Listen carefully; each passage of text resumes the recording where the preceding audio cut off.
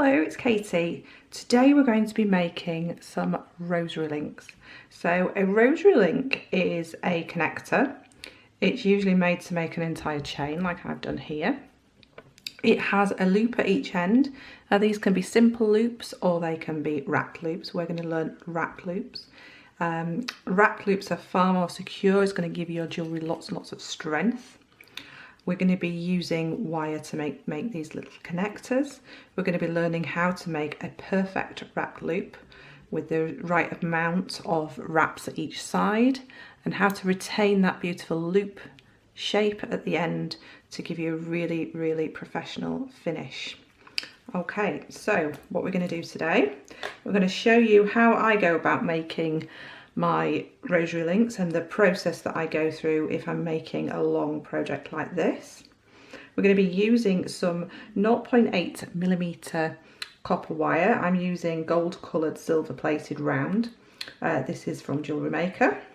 I'm going to be using some agate beads. These are dyed agate, so it's a pink dyed agate, and I'm using puffy coins and puffy squares. I will pop the codes for those in the details below and the code for the wire too. The tools that we're going to be using are, we're going to be using chain nose, which these are chain nose, or flat nose pliers, but something that comes to quite a fine tip so that we can either mark where we need our mark to be, or this one's quite consistent all the way down as you can see, so I'm going to be using that one mainly. We'll be using baling pliers, so we're going to be using the smallest one on that. So we want a consistent loop. If you haven't got baling pliers, you can use round nose pliers, but again we would mark exactly so that we get that perfect loop every time. And we're going to be using some flush cutters. Okay, so I'm going to get straight on. I'm going to move a few things out of the way just to start with. We need all our tools right here so we can work quite quickly. So what I tend to do is I look at my gemstone. I'll take my gemstone in front of me. I know averagely what it takes to make a wrap loop, so I'm going to tell you what I know. So you need around about 1.5 to 2 inches to make a wrap loop. That is a little bit more. We're probably going to be cutting off a little bit, but it's easier to wrap with a little bit of excess. Now you can wrap directly from the reel. That's not a problem. You will have very, very little wastage if you do that. I personally find it easier just to make all my pieces, as you see as I go along, rather than trying to work from a reel and having a reel kind of dangling around everywhere. Okay, so what I do is I think about my gemstone, I think about where my wraps are going to be and my loop. So I would cut this around about here, so using that gemstone as a guide for my first piece. So just moving these to one side. Then I would just continue cutting lots and lots of pieces until I've got lots and lots of pieces around about the same length. Now it will depend on how long you want your necklace to be.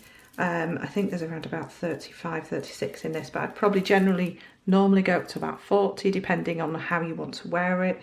So this could be worn as a nice long necklace, or you could wrap it around your wrist and wear it as a bracelet too. It's great holiday jewellery. So I'm going to show you initially how to make a wrapped loop. So this is what I do. I'll cut all these pieces, so I'll probably cut around about 40 and then see how long that makes.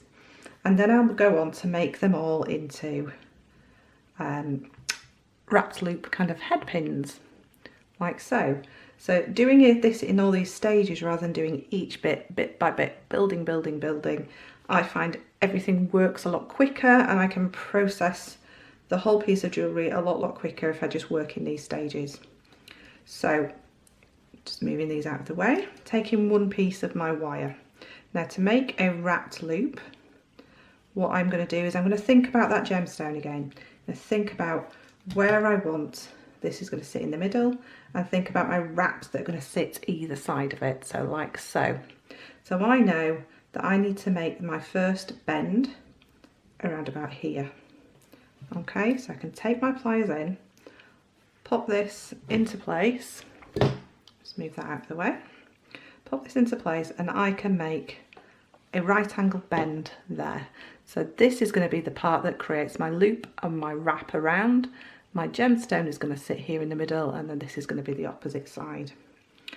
So from there, I'm going to take my baling pliers. Now the side that I want to use is on the outside here, and I'm going to be wrapping this shorter tail wire around it. So making sure you're wrapping the right piece of wire around it. This is the part where our gemstone is going to sit here. So I'm going to hold that quite firmly and just start to bring this wire around until this wire becomes parallel with the other one. At that point, I'm going to change the position of my pliers just so that I can see where I'm working.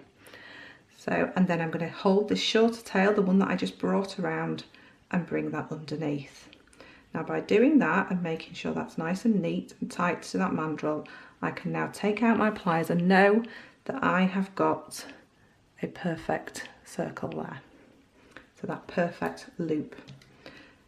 From then, I'm going to pick up my pliers and hold that loop. Now I'm holding the loop rather than leaving the baling pliers or round nose pliers if that's what you're using, rather than leaving those in, because I know if I hold that loop and I just put a little bit of pressure on it, we're not squashing it, we're not trying to dent it or anything, I can retain that shape.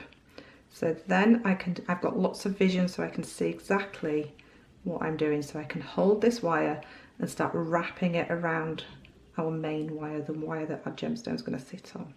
So keeping my fingers, so sorry if you can't see, but keeping my fingers nice and close, I'm just going to chase that wire around. So I'm supporting it, moving it around. So I'm keeping my thumb and finger on it all the time.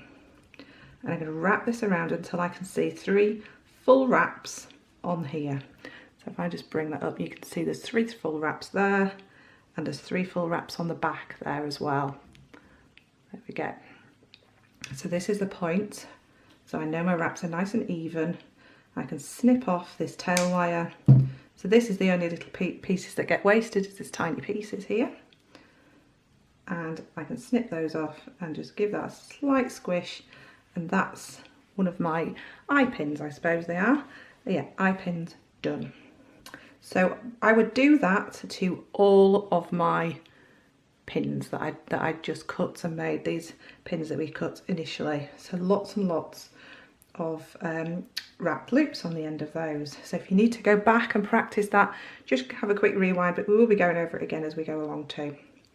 So first of all, I'm going to make just a single one just so that you can see how it can be just a connector.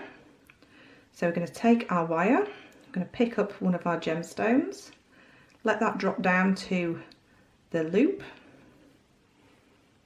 and then we're going to pop in our pliers here. Now the reason that I said about marking your pliers earlier is because I know with this particular pair of pliers, these are my Xuron pliers, I will pop a link below about for these. I know that 3 wraps of 0.8, I hold that there, is the exact width of these pliers. So I know I can go in with these pliers, don't worry about the position of your gemstone at the moment, push those pliers right up to that gemstone, making sure my loop is facing upwards, and then I can push this wire away, and I know that I've got the exact same amount here to wrap as I've already wrapped here. Okay, so if you are using chain nose pliers for that, hold your chain nose pliers in the right position so you can find out that width, and then taking a marker, make a little mark on your pliers so that you're able to go back to that width again and again and again, and that will give you that consistency. So taking my baling pliers again, making sure that wrap is facing upwards. Don't worry about this spinning at the moment, it doesn't matter at all, it depends on the shape of your bead.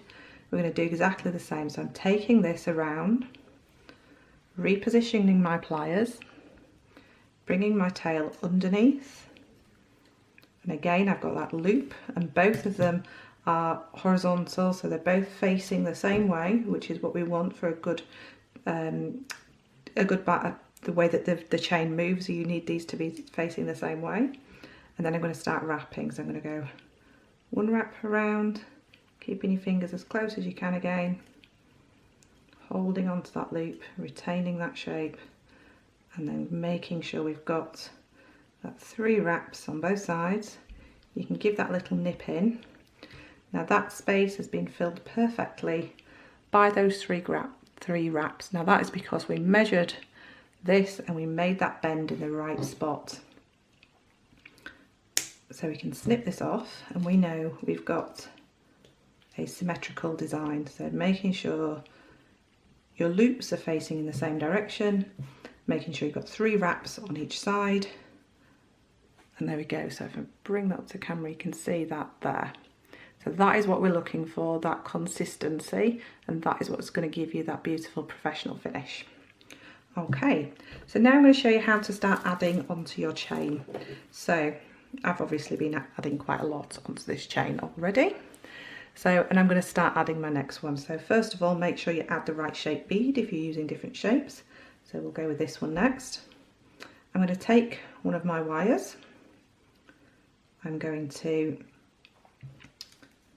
pop my bead on because I've already got my wrap loop on. And I'm going to do the exact same thing that I started to do just before. Popping my pliers in right up to that bead so that I know we've got that width measured out for us. Make that angle. Taking away these pliers and moving on to your baling pliers. And then making sure that you've got that loop facing in the right direction. And start making this loop around. Like so, and I'm going to bring this underneath. Now at this point when we take our pliers out, now we're going to attach it to the chain before we wrap that loop. So all we do to attach it to the chain is pass that down and then just give it a slight push and you'll feel that little click and your loop is now connected. Now we can go back in with our pliers, still retaining that shape, the shape of that loop, holding it. You'll find that you've probably got enough room for this to move away. If you've used a smaller loop, you might want to go in with some chain nose pliers and hold them with the more narrower points there. And then we're just going to wrap away just the way we did before. So we've got 3 wraps on there. Give that a nice squish, like so.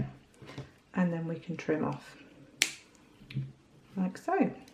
So that's how you're going to add each one, and each one will still have that exact same loop, that exact same 3 wraps, and you'll build up and build up as you go.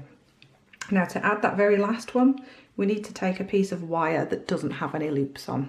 So we're going to connect at both sides. So I'm going to think about where our gemstone is going to sit in the middle. We're going to make that kink in our wire, that right angle.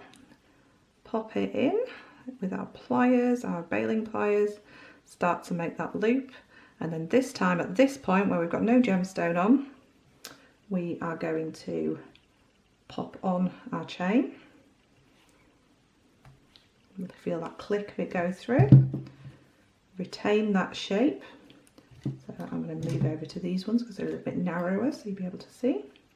So retaining that shape and wrapping our 3 wraps around. 2, 3. There we go. And snipping off. And then we're going to go in with our pliers and just nip down any ends that need nipping down. Then we're going to add our next gemstone. So we'll pick a gemstone. This one's going to be a round because we've got a square and a square. Okay, I'm going to work around the other way, just because I prefer to work on the right hand side of my work, but that's entirely up to you. Don't forget, it might be a little bit harder because you've got the weight of this kind of pulling it down, but just make sure that you're still keeping your loops level with each other, pushing this away. It doesn't matter which way you push it as long as you've pushed it at a 90-degree angle. Popping your pliers back in. Pushing this around all the way around to the opposite side and then bringing that underneath or over, whichever you feel works for you best. So we've got that loop now, and just before I'm just going to run my fingers down here, make sure that any sort of kinks in your chain, kinks, anything not sitting a bit strange or anything, and once you've got to the end, then pop your connection on. Again, hold that loop and then we're just going to finish off with this wrap. So you're going to have to put your hand through and underneath and around, following this around and filling that last gap with your 3 wraps. There we go. Snipping this off and giving that last one a little nip in. Now that is our chain finished. So it's up to you how long you want to make it, but it's a really, really nice chain, nice fun thing to wear. You can also, depending on what length you've got, you can wrap it around your wrist. So if I was going to wrap it around my wrist, I'd probably go with a few more gemstones than that, or you can kind of loosen it off and wear it a bit looser like so. So it's a really nice technique. It's a nice technique to make connectors, so connectors between a chain. You could just add chain to either side of that. You could add that to an ear wire and then drop another gemstone off the bottom of it. So it's a fantastic technique. If you're somebody that just makes earrings and you normally use a head pin, so you normally just pass a head pin, I don't think I've got any handy at the moment. So if you just pass a head pin through, so imagining that's a head pin, you'd pass your head pin through so you'd have something less loopy at the bottom. That is the way to make your loop at the top, to make it essentially the most secure it could possibly be to connect to your earring finding. So I hope that helps. I hope you've enjoyed. I hope you'll all be practicing your wrap loops, because it is an essential jewellery technique. I will be adding some more videos. Don't forget to click that subscribe button. So that subscribe button is that grey one in the middle there, or that's just underneath for you available to click. Like my video if you've enjoyed it today, so I know that what I'm doing is something that you appreciate. And I will see you again soon. Thank you very, very much for watching. Take care.